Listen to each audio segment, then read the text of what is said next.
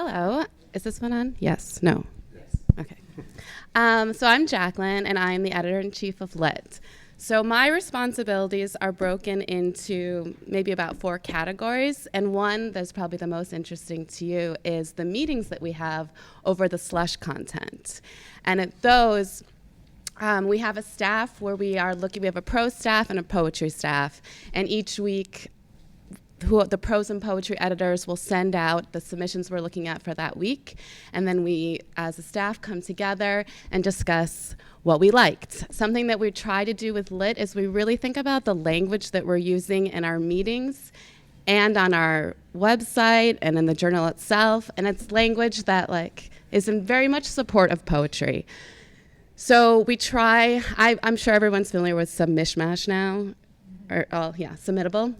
So what we do with Submittable is, on the poetry side specifically, we're not allowed to ever vote no for anything. You're only allowed to vote yes or nothing at all. So when we come to the meeting or when we come to read what's up for that week, there's no negativity. There's an opportunity for everybody on the staff to look at every piece with a neutral attitude and have the opportunity to really, really like it. We try to run our meetings. Most of us are also educators, so we've taken the Lit meetings to a place where we try to run them a lot like the classroom. So we're not just coming in and knowing things. We're taking this opportunity to discuss what writers are doing, how they're doing it. Cover letters play a huge part in this, but I think we're going to talk about that later. So I have some tips in a little bit. But we do look at every writer's work. Whether we look at the whole piece, usually we can tell right away what the aesthetic is and if it's right for Lit, but we will look if you have sent us something, your work is read. Aside from that, my probably biggest responsibility is solicitations. So with solicitations, obviously we're finding writers that we know meet the aesthetic of what we're doing or where we want to take the journal. And our understanding, I'm not sure if this has been your experience with being asked to send your work, but when we're asking writers for their work, we're trying to build trust with them. And so we really write an email, and this is kind of one of my favorite parts. We write an email where we're discussing their work, not just oh, we really like what you do, please send it. But I actually read what they're doing very carefully and talk about what it is that they're doing that is particularly good for Lit. So they understand where we're coming from, what we like about their work, and then know that they're going to be hopefully sending us something that our journal is doing. I think the biggest thing with sending your work out is really you want to understand what that journal's aesthetic is. And it might not be what all of your work is doing. You have to find what part of your work is speaking to what this journal is doing. And then beyond that, we actually pour the issue ourselves, and pouring means that we're taking InDesign and dumping all of the material that we've taken into the format, which is a really tedious process, and making sure that it looks exactly how you have created it to look and how it looks best in the context and the space. This is Lit. So it's not the same size page that you had, so making sure it looks right here, but also honors what you were trying to do originally. And then my favorite part of the process is layout, because with Lit, we've kind of moved into designing it more so that it reads like a book. So your pieces are in conversation with all the pieces of the book. And we've really lifted genre distinction, so it's not like here's a poem, here's a prose piece. Instead, the kind of work that we're looking for is giving the same attention across everything.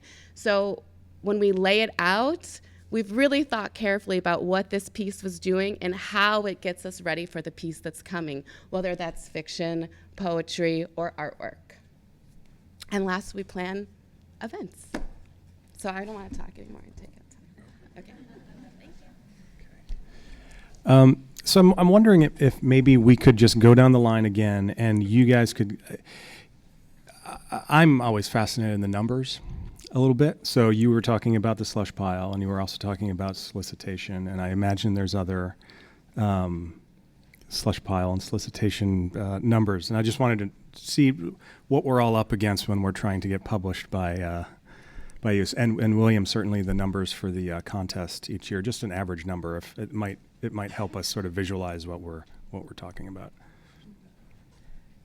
So The prose side is a little bit more difficult, but on the poetry side, each meeting we're looking at about 50 to 60 writers. And then each writer is submitting, we try not to use the word submit, is letting us look at 5 pieces. And then on the solicitation side, like not everybody is ready to send you pieces. So we often, in an issue, and actually what's really exciting right now with Lit is I think the last few issues, we've really established our aesthetic and people know it and we can tell because we can also tell that they're reading it because we're getting stronger slush than we've ever gotten. And in the past, a few issues ago, we were like maybe we got one poem and one prose piece out of slush. So out of a whole semester of reading, 60 pieces every 2 weeks, we would get one. Now it's growing, which is super exciting.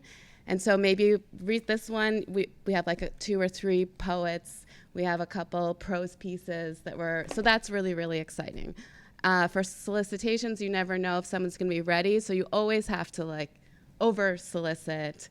Maybe you solicit 15 people and only 5, 6 are ready to actually send you something at that time. So the 50 to 60 in the slush pile, that's per reading period or? No, that's per week. Per week? Yes. So, okay. Right. So every 2 weeks we read 50 to 60. Okay. Yeah. So here's a week. Here's a week's week. worth. Yeah, okay. Here's a week. All right. Exactly. Okay. Thank you for clarifying. Yes. I don't know. But I think it's safe to say that, you guys get a lot of submissions. And I guess I would like to sort of talk a little bit about how we all can, maybe rise to the top of that slush pile just a little bit. I think, there's one of 2 ways to answer that. It's either what can I do, or maybe the easier thing is what shouldn't I do. So if there's something in the submission process, and I think this goes for the presses and the magazines, and also the contests. What should poets avoid when they are approaching your magazine or press? I have so many. Can I go first? Let's hear them. I don't have so many. So cover letters are actually important. Cover letters are my favorite thing to read because we're all kind of crazy in the poetry world, and it's really hard to write a strong cover letter where so the best thing to do for a cover letter for us, and I assume this would be for all journals, is that you really want to show that you know the journal's aesthetic. And avoid things like a long list of every single place you've ever been published. Do not list every single place you've been published. One, it doesn't matter if you've been published you might be published in places that Lit has no relationship with at all. And so we see that you're published there, and right away it's like, oh, they're probably not doing what we're doing. So you don't want to set up the staff to be already judging your work before we've seen it. Let your work do what it's supposed to do, and don't try to categorize it. The best thing you can do is talk about the journal, that you understand it. It could be as simple as that you saw the last issue and particularly liked a piece, or maybe you saw an event. There's a lot of, this is out of the new school, and so there's a lot of professors at the new school. So saying like, I've been praised by so-and-so, again, doesn't give us the impression, it doesn't mean anything to us. They might not be involved with the journal on any level. So, and then what was the last thing? Don't make a long list of every place you've been published. Oh, you can, you're going to put where you've been published, think about what you're putting.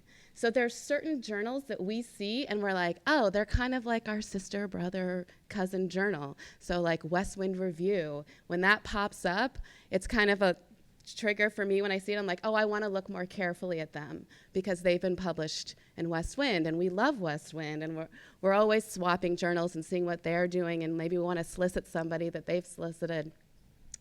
There's a third thing.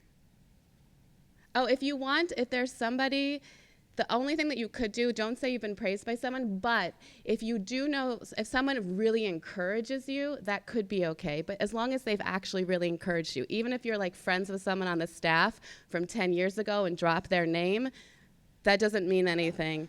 But if somebody has actually said like, oh, you would really be into lit, I like what you're doing, like you should send your stuff, and it's someone in some way affiliated, we might see their name and say something. But know the aesthetic, show us that you know it, and then we want to look at your work more closely because we actually think you've taken the time to look at us. Can I add one thing? Mm-hmm. So proofread your cover letter. Don't misspell the editor's name, which is not, it is a big deal because it just shows that you are taking the time and that this isn't just a form letter that you're firing off to like 10 magazines. We can get into simultaneous submissions or maybe not, but it's not really about that. It's just be professional, because you are approaching professionals who are taking their job seriously, and they want to know that you're taking your work seriously and them seriously. So I just wanted to add that. Always have somebody else look at, I have people look at my cover letters, even after looking at cover letters every single week. And we stop, and because we run it like a class, so we actually stop and talk about why this was a really strong cover letter, so that we're teaching, because our staff are MFA students, and they're putting their work out. So we stop and talk about what was strong about this cover letter. What about this cover letter made us already have a bad attitude about this person's reading, or made us had higher expectations, and then we're instantly disappointed with what the first poem was, because do you want me to be brutally honest? Don't write a really good cover letter. No. I mean, in terms of like greatly praised and won all of these awards, like really let your work speak for itself. If you talk so highly of what you've done, then it's like, well, maybe they're just so great. And then you read the first poem, and often the cover letter was stronger than the poem. And another thing is that sometimes people give so many of these interesting personal details about their life and these like crazy stories and what they like to do with their free time. And they're so fascinating. And sometimes they work really well, and sometimes they don't. So always have somebody read it to see if your like kookiness that you're trying to bring across in your cover letter is actually going to make us be fascinated by you and want to read your whole submission, or be like, I don't have time for whatever it was. But you want us to read the whole thing. Make sure you know lit. Then we will. I actually wanted to add something to that quick. If you haven't been reading your stuff out loud too, sound comes across on the page even if we're not reading it out loud.